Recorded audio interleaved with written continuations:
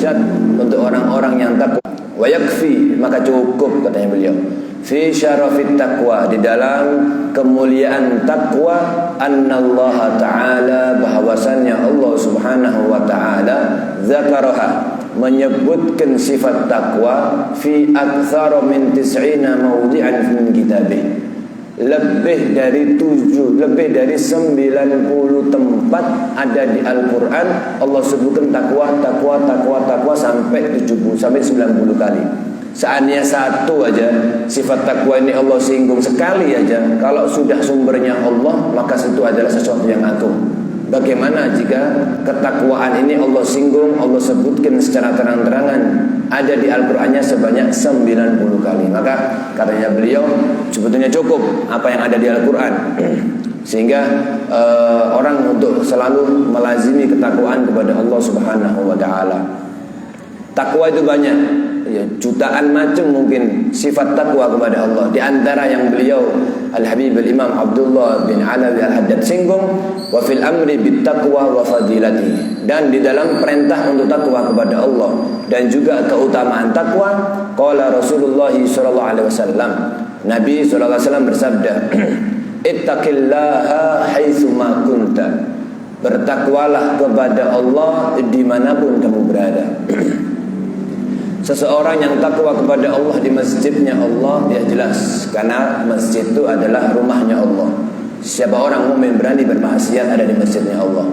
Tapi ketika ada orang mukmin benar-benar takwa kepada Allah, walaupun sampai di kamar mandinya, di kamarnya yang gelap, dia masih takwa kepada Allah, di hadapan orang ataupun di belakang orang, di halayak ramai ataupun di saat sepi, dia mau dan bisa bahkan berani takwa kepada Allah, maka ini adalah orang-orang yang hebat. Kenapa? Karena telah sesuai dengan perintah Nabi SAW, yaitu bertakwalah kamu dimanapun kamu berada. Dalam pakaian apapun tetap selalu melazimi takwa kepada Allah. Yang kedua, wa atbi'is sayyi'atal hasanata tamhuha. Di antara ketakwaan adalah ikutkan kejelekan kita dengan kebaikan. Niscaya kebaikan yang datang setelah kejelekan akan menghapus daripada kejelekan itu. Contoh, ada mungkin di antara manusia ini melakukan suatu kemaksiatan tertentu. Kemudian dia istighfar kepada Allah Subhanahu wa taala, astaghfirullahaladzim, habis dosa, astaghfirullahaladzim, habis maksiat. Istighfarnya dia itu adalah hasanah, yaitu kebaikan, karena dia sadar akan kejelekannya. Dia istighfar kepada Allah, kemudian dia keluar melakukan hasanah yang lainnya, seperti apa? Sedekah. Saya sedekah 5.000, 10.000 ke masjid, ke orang yang membutuhkan, ke panti asuhan dan lain sebagainya. Ya Rabb, semoga berkat sedekah ini Engkau hapus semua dosa-dosa saya. Ini adalah tuntunan dari Nabi SAW, yang mana benar-benar bersabda, kalau ada kejelekan yang jatuh daripada kita terjatuh di dalam kejelekan dan kemaksiatan, ikutkan dengan kebaikan, dengan istighfar, dengan taubat yang jangan pernah bosan, sebagaimana Allah tidak pernah bosan dalam mengampuni hamba-hambanya yang berdosa. Ikutkan dengan sedekah, ikutkan setelah melakukan kejelekan yang sudah kita istighfari dengan sholawat kepada Nabi sallallahu alaihi wasallam. Berapa banyak orang-orang yang ahli maksiat disebutkan di dalam kitab-kitab agama Islam yang merekanya penuh dengan daripada maksiat, ketika meninggal menghitam wajahnya, membusuk badannya, anaknya malu mau dilihatkan kepada halayak ramai. Tak lama kemudian datanglah di dalam mimpi, datanglah seorang sosok yang sangat ganteng, sangat wangi, sangat indah. Kemudian membuka daripada kain kafannya, disentuh mulai wajah sampai kakinya oleh orang yang indah ini. Berubah wajah yang awalnya hitam, pekat, bau, karu-karuan, karena disentuh sama orang yang indah ini. Kemudian berubahlah mayat ini menjadi seorang yang putih, cerah, kemudian wangi. Si anak tanya, wahai Tuan, siapa engkau? Siapa engkau gerangan kok berbuat baik kepada ayahku, yang ayahku ini sudah meninggal barusan dan dalam keadaan yang mengenaskan. Awam ta'rifuni, apakah engkau enggak kenal sama aku? Wahai Tuan, sungguh aku enggak kenal kepada kamu. Kemudian beliau menjawab, aku ana nabiyuka Muhammad sallallahu alaihi wasallam. Aku ini adalah nabimu, Nabi Muhammad sallallahu alaihi wasallam. Kenapa engkau kok rela dan sudi untuk membuat ayahku menjadi nur kembali, cerah kembali? Katanya Nabi SAW, ayahmu ini memang pendosa, banyak maksiatnya, banyak kelakuan jeleknya, tapi ada satu amalan yang diamalkan oleh ayahmu, yaitu sholawat kepadaku. Yang mana sholawat ini Allah terima. Habis maksiat sadarnya kemudian dia ikuti dengan sholawat karena mungkin tidak punya guru, jadi dia tidak ngerti caranya sholat yang banyak, ya apa nggak ngerti, sehingga dia mengikuti setiap kejelekannya dengan kebaikan. Salah satunya sholawat. Akhirnya apa hasil daripada sholawatnya? Membawa dia yang awalnya mati, meninggal dalam keadaan mengenaskan, diganti oleh Allah berkat Nabi Muhammad SAW menjadi seorang yang mayatnya harum, mayatnya penuh dengan cahaya. Ikhwani rahimakumullah, alhamdulillah kita ini termasuk orang-orang yang masih ditakdirkan oleh Allah untuk menginjakkan kaki di masjidnya Allah, menginjakkan kaki untuk menghadiri majlis-majlisnya, tajlis ilmu, majlis sholawat, majlis tahlil dan lain sebagainya yang diadakan di daerah kita. Kita syukur kepada Allah. Mungkin kita nggak seperti orang yang meninggal yang barusan disebut, yang meninggalnya su'ul khatimah, dan semoga kita termasuk orang-orang yang meninggalnya husnul khatimah, sehingga kita tidak menjadi seorang umat yang merepotkan Nabi kelak di akhirat, tapi semoga kita termasuk orang-orang yang tergolong umat Nabi yang membantu Nabi Muhammad SAW mensyafaati umat-umat yang lainnya. Amin ya rabbal alamin. Nasihat ketiga Nabi SAW adalah wa khaliqin nasa bi khuluqin hasan, dan termasuk ketakwaan kepada Allah adalah khaliqin nas, yaitu perlakukanlah manusia ini dengan perlakuan yang baik. Ya, ada perlakuan baik yang zahir, ada perlakuan baik yang batin. Ya, kalau di depan senyum, di belakang tetap harus senyum. Kalau di depan kita bisa berbuat baik kepada seseorang, maka di belakang pun juga kita harus berbuat baik kepada seseorang. Ketika kita di depan orang ini kita tidak menjatuhkan harga dirinya, maka di belakang orang ini juga kita nggak boleh menjatuhkan harga dirinya. Perlakukan baik. Pada babanya orang-orang zalim, orang-orang bengis, orang-orang yang jahat jatuh takluk karena sifat daripada sifat-sifat Nabi Muhammad SAW. Berapa banyak kezaliman dan kejahatan yang dilawan dengan kekerasan, akhirnya jadi tambah nggak karu-karuan, jadi tambah pengekangan, jadi balak bagi umat yang lainnya. Tapi ketika dihadapi dengan akhlak yang baik, ketika dihadapi dengan sifat-sifat yang muncul dan bersumberkan dari Nabi Muhammad SAW, berapa banyak orang-orang yang seperti ini menjadi dari zalim menjadi baik, dari jahat menjadi lunak, dan seterusnya dan seterusnya. Lihat bagaimana Nabi Muhammad SAW ketika beliau memasuki satu kota di masa awal-awal beliau berdakwah agama Islam. Ketika saat itu beliau memasuki kota Taif kalau nggak salah. Kemudian beliau di situ dilempari dengan kotoran-kotoran onta, beliau dilempari dengan batu, beliau dikelilingi oleh anak-anak kecil dan dibilang hai orang gila, sambil dilempari batu-batu kecil. Siksaan demi siksaan, gangguan demi gangguan, cacian demi cacian. Hanya Nabi SAW hadapi dengan senyuman. Nabi hadapi dengan mensabarkan sahabatnya yang dicaci Nabi, yang emosi sahabatnya.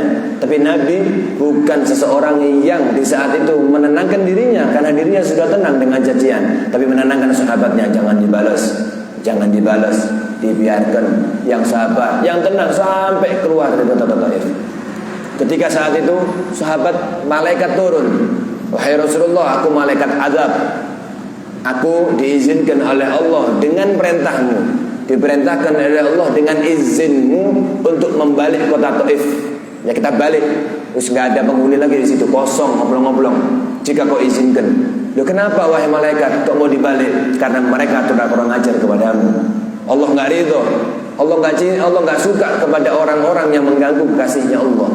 Apakah kau izinkan waktu balik? Wahai malaikat, tidak, aku gak izinkan. Sehingga sahabat diceritai oleh Nabi. Kemudian sahabat tanya, Nabi kenapa? Terus balik aja, selesai sudah, gak ada yang ganggu engkau lagi.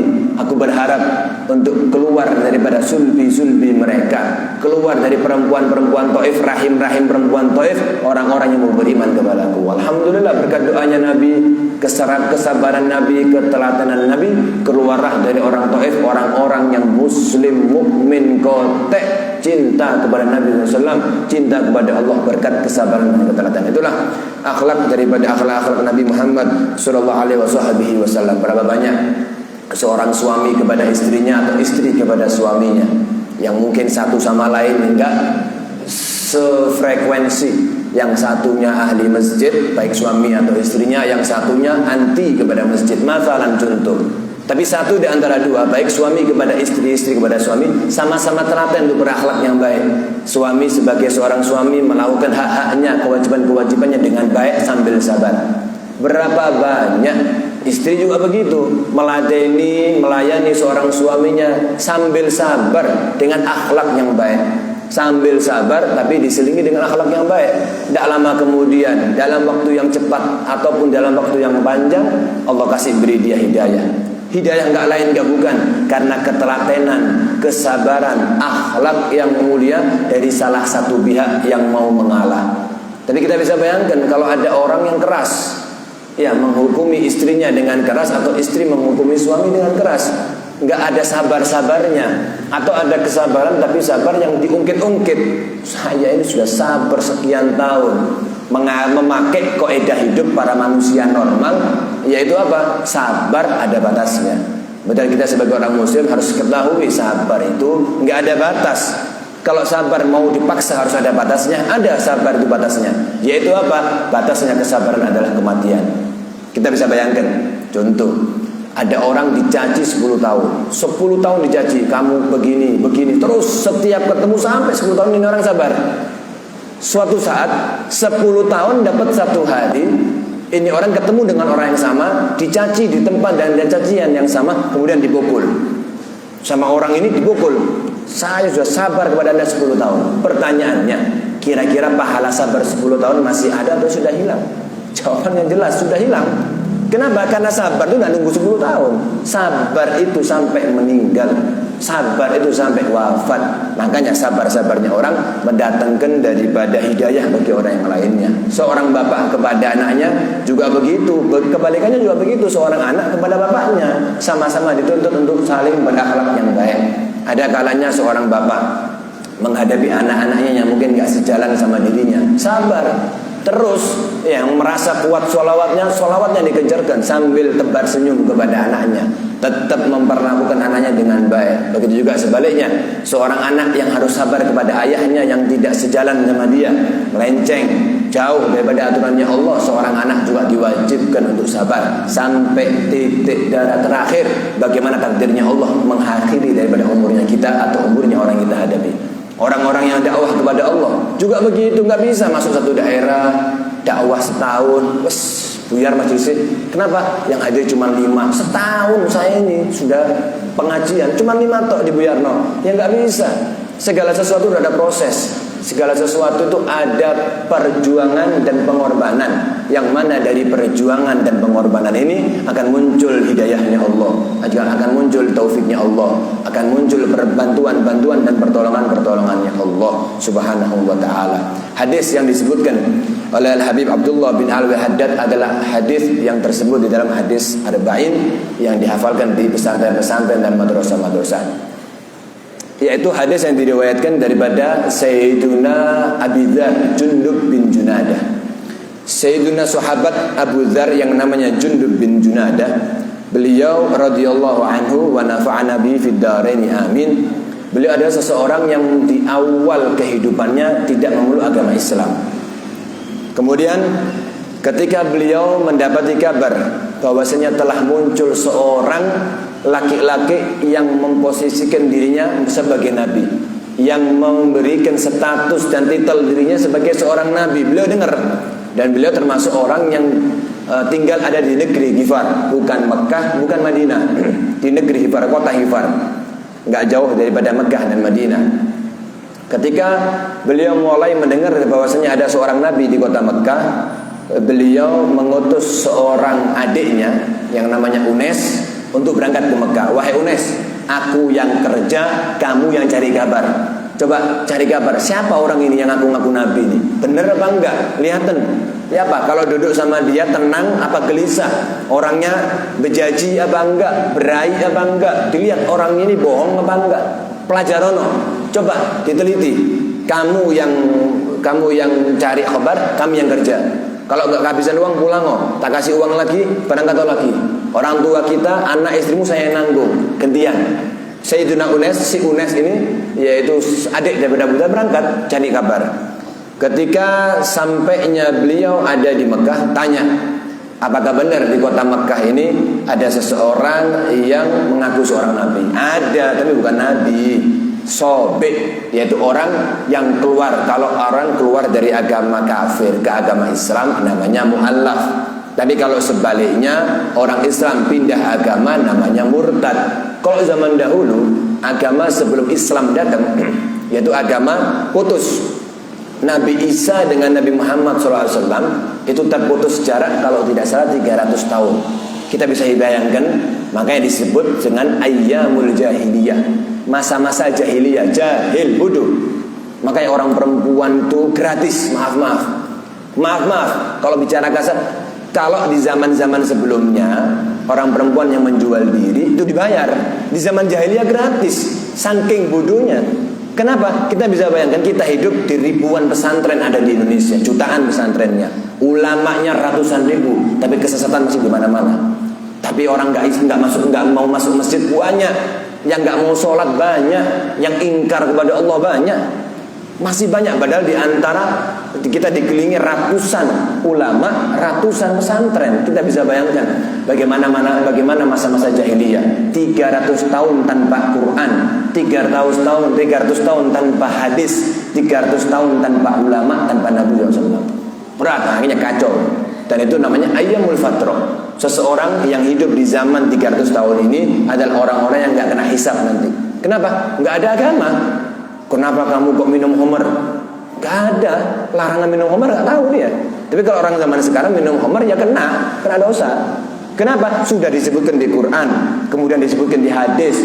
Pengajiannya banyak, ustadznya maaf keleleran, tinggal pilih. Kadang-kadang tonggo dewe ustadz, tinggal tanya, ustadz khamr halal apa haram? Selesai. Tapi kalau orang di zaman jahiliyah mau tanya siapa? Nabi nggak ada, ulama nggak ada, Quran nggak ada. Maka dimaafkan orang-orang seperti itu. Ayyamul fatrah termasuk ayah dan ibu Nabi Muhammad SAW yang beliau ditakdirkan meninggal, beliau berdua ditakdirkan meninggal sebelum Nabi diangkat menjadi seorang Rasul. Nah, akhirnya sobe orang yang meninggalkan agama nenek moyang masuk ke agama baru termasuk agama Islam namanya sobe. Jadi ada mu'allaf, ada murtad, ada sobe, sama-sama keluar agama. Saya ulangi, kalau murtad keluar dari agama Islam, kalau mu'allaf masuk ke agama Islam keluar dari agama yang lain. Tapi kalau sobe adalah keluar dari agama nenek moyang yang dianut oleh para jahiliyah, menyembah berhala, nyembah roti, nyembah apapun yang dia mau sembah, masuk ke agama yang lain termasuk agama Islam, itu namanya sobe. Kemudian Unes ini pulang ke Ghifar menemui saudaranya Abu Dhar, Jundub bin Junadah. Wahai Jundub, wahai Abu Dhar, aku telah menemui itu orang, namanya Muhammad. Terus siapa? Aku melihat yang diomongkan dia si Muhammadnya adalah aku utusannya Allah. Aku utusannya Allah. Allah itu Tuhannya mereka, aku utusannya. Dan dia juga selalu mengajak orang untuk makarimul akhlak. Enggak keluar dari lisannya Nabi kecuali akhlak, sodako sesuai hajat. Ketika orang di saat itu lagi dalam keadaan miskin, ayo yang punya uang sodako, sehingga kota itu jadi makmur gara-gara Nabi Muhammad SAW. Kenapa perintah untuk sodako? Ketika orang-orang saat itu kering daripada akhlak, beliau membagikan akhlaknya. Ayo banyak orang yang berkelahi, kita damaikan. Al-muhim tidak keluar dari lisannya Nabi kecuali makarimul akhlak, ngejak orang kepada akhlak dan akhlak. Akhirnya tapi karena si Unes ini, orang-orang sekitar menyebut Muhammad ini syair, suka ngomong-ngomongkan kalimat-kalimat yang bagus. Maksudnya kalimat bagus itu Al-Quran. Orang-orang sana bilang ini bukan kalamullah, ini syair. Semua orang Arab bisa bikin syair. Kahin, tukang dukun, suka nebak-nebak, lek ngomong tepak ya itu dari setan, dari jin, katanya orang-orang kafir-kafir saat itu yang ada di sekitarnya. Penyihir, seorang bedukun, katanya si Unes, wallahi, sumpah demi Allah, Walaupun orang di sekitarnya membohongi Nabi, tidak percaya sama Nabi, innahu lasadiq, sungguh aku yakin dan jujur, dan aku percaya bahwasanya Muhammad adalah benar-benar utusannya Allah Subhanahu wa taala. Ketika dengar Sayyidina Abu Dzar ini, wah, ini asik ini. Wis gentenan.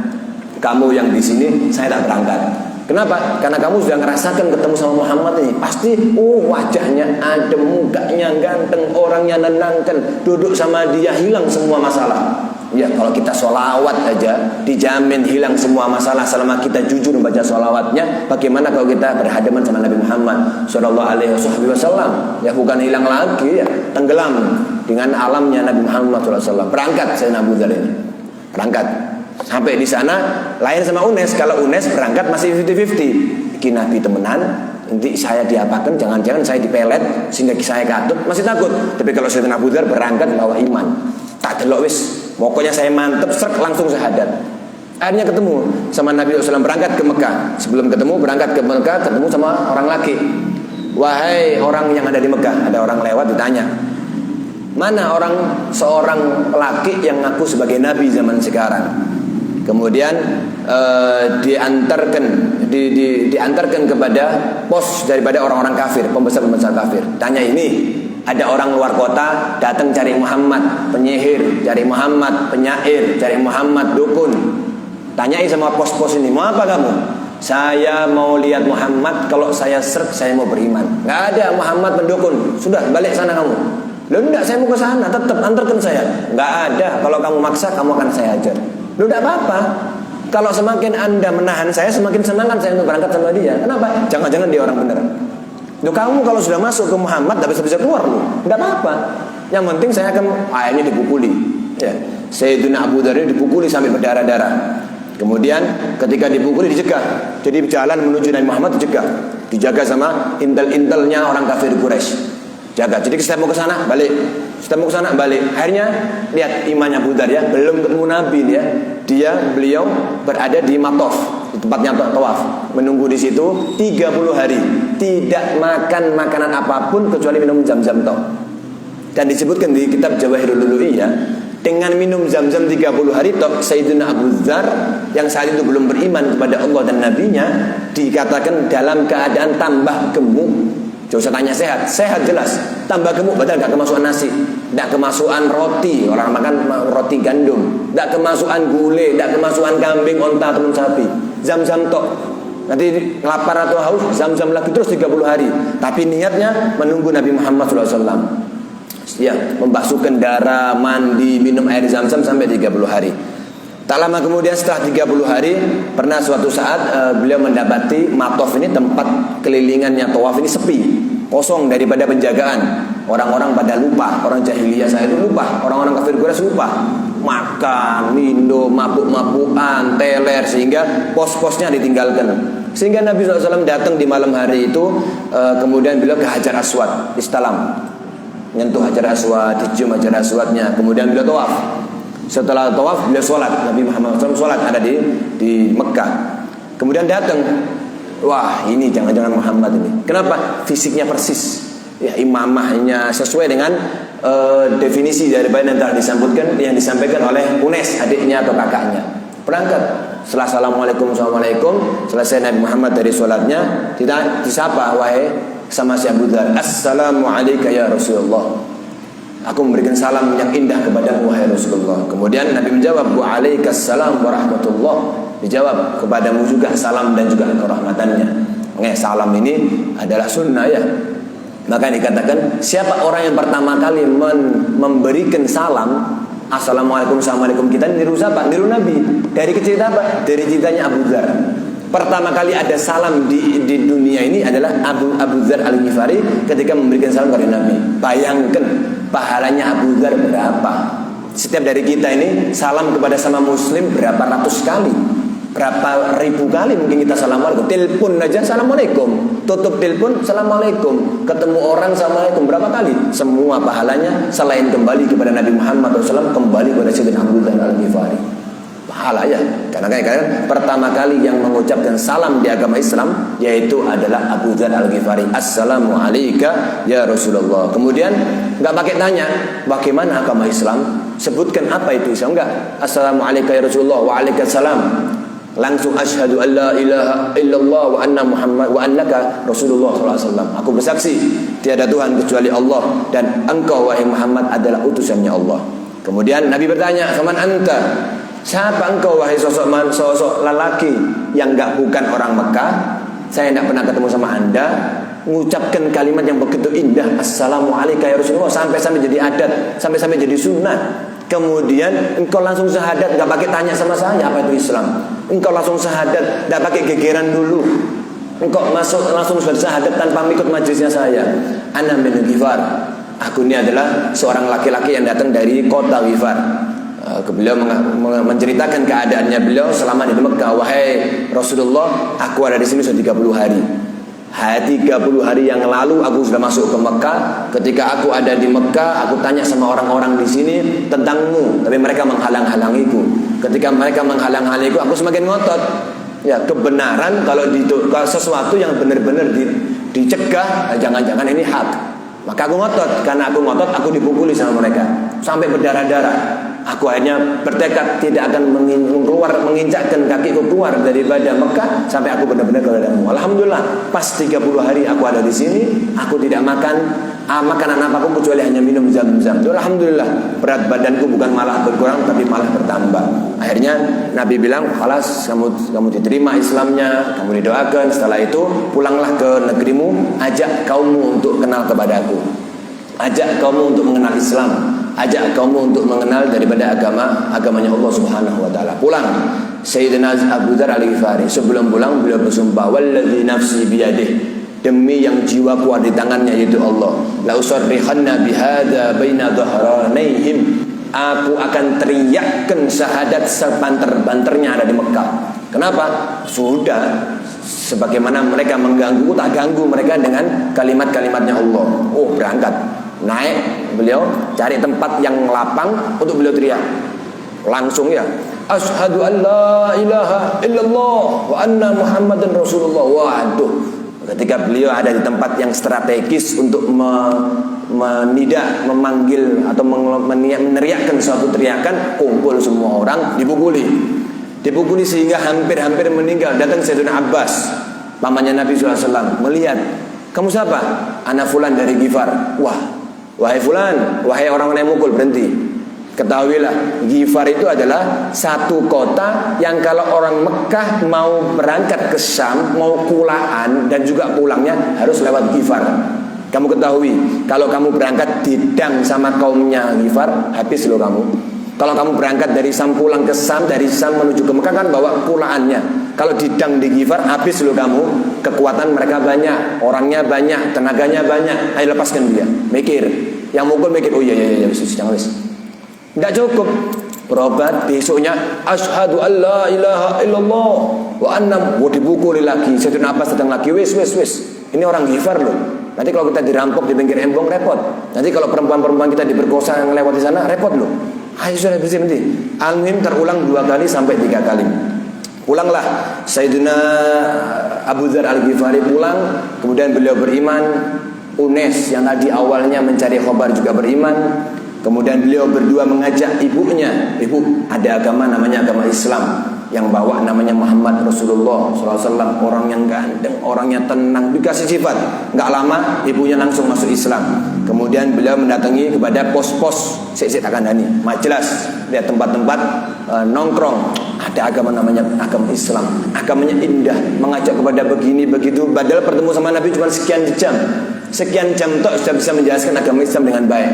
Ya, akhirnya orang-orang semua tertarik. Kok enak ya? Enak. Kamu diajari senyum. Siapa orang muslim yang senyum kepada muslim yang lainnya, hilang pahalanya, hilang daripada dosanya. Siapa orang yang bersalaman, selama salaman, maka runtuh daripada dosa-dosa di antara keduanya.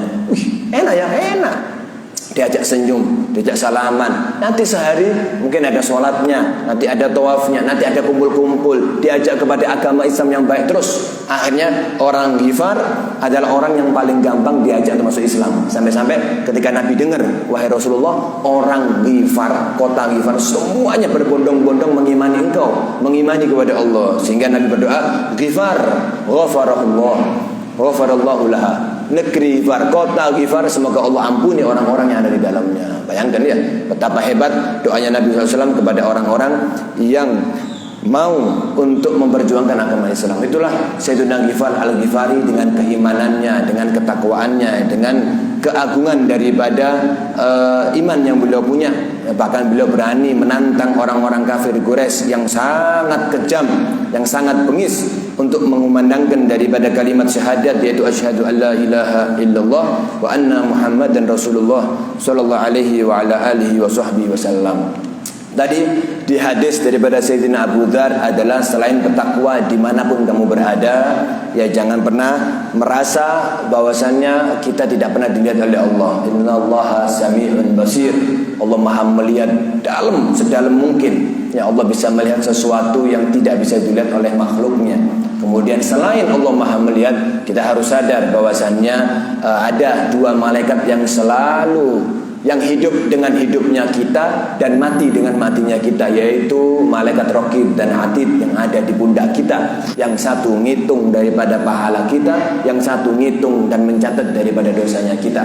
Makanya sudah pernah disampaikan beberapa waktu yang lalu bahwasanya orang yang maksiat kepada Allah satu di antara dua, antara orang yang kafir kepada Allah, naudzubillah. Kenapa? Karena dia bermaksiat sambil yakin tak apa-apa di sini saya aman. Loh kenapa? Allah nggak ngeliat saya di sini. Kafir karena Allah Maha melihat dimanapun kita berada.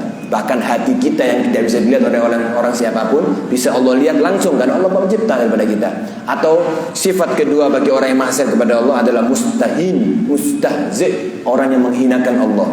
Kenapa? Saya yakin Allah Maha melihat, tapi tak propos saya wis, tak losno wis, bismillah wis, dia apa syahwat. Ya apa lagi tidak kuat. Tapi ya apa lagi saya kepepet. Lu kamu yakin Allah ngeliat? Yakin Allah ngeliat. Tahu ada Raqib bisa mati, tahu ada Raqib mati, tapi dia terobos. Makanya orang yang menghinakan Allah sudah tahu diawasi, cuman tetap masih nerobos daripada maksiatnya Allah Subhanahu wa taala. Naudzubillah min dzalik. Yang kedua, daripada nasihat Nabi sallallahu alaihi wasallam, adbi'is sayyi'atal hasanata tamhuha. Setiap kejelekan itu bisa dihapus daripada dosanya. Cuman satu yang enggak bisa dihapus oleh Allah, yaitu al-isyraku billah, syirik kepada Allah Subhanahu wa taala, menduakan Allah Subhanahu wa taala, mempercayai ada kekuatan yang muncul tanpa lewat Allah Subhanahu wa taala. Naudzubillah min dzalik. Makanya banyak orang-orang mulai zaman dahulu sampai zaman sekarang, orang-orang yang memang imannya lemah, untuk kekayaan sesaat kadang-kadang mereka menggunakan orang-orang yang tidak dibolehkan untuk kita datangi.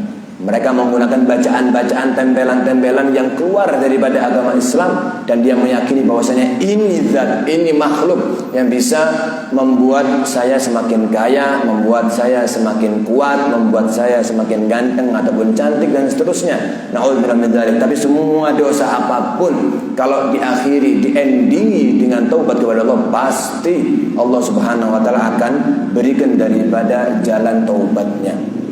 Makanya ada sifat namanya, satu sifat namanya mukaffiratudz dzunub, penghapus dosa. Ada orang habis maksiat istighfar yang banyak.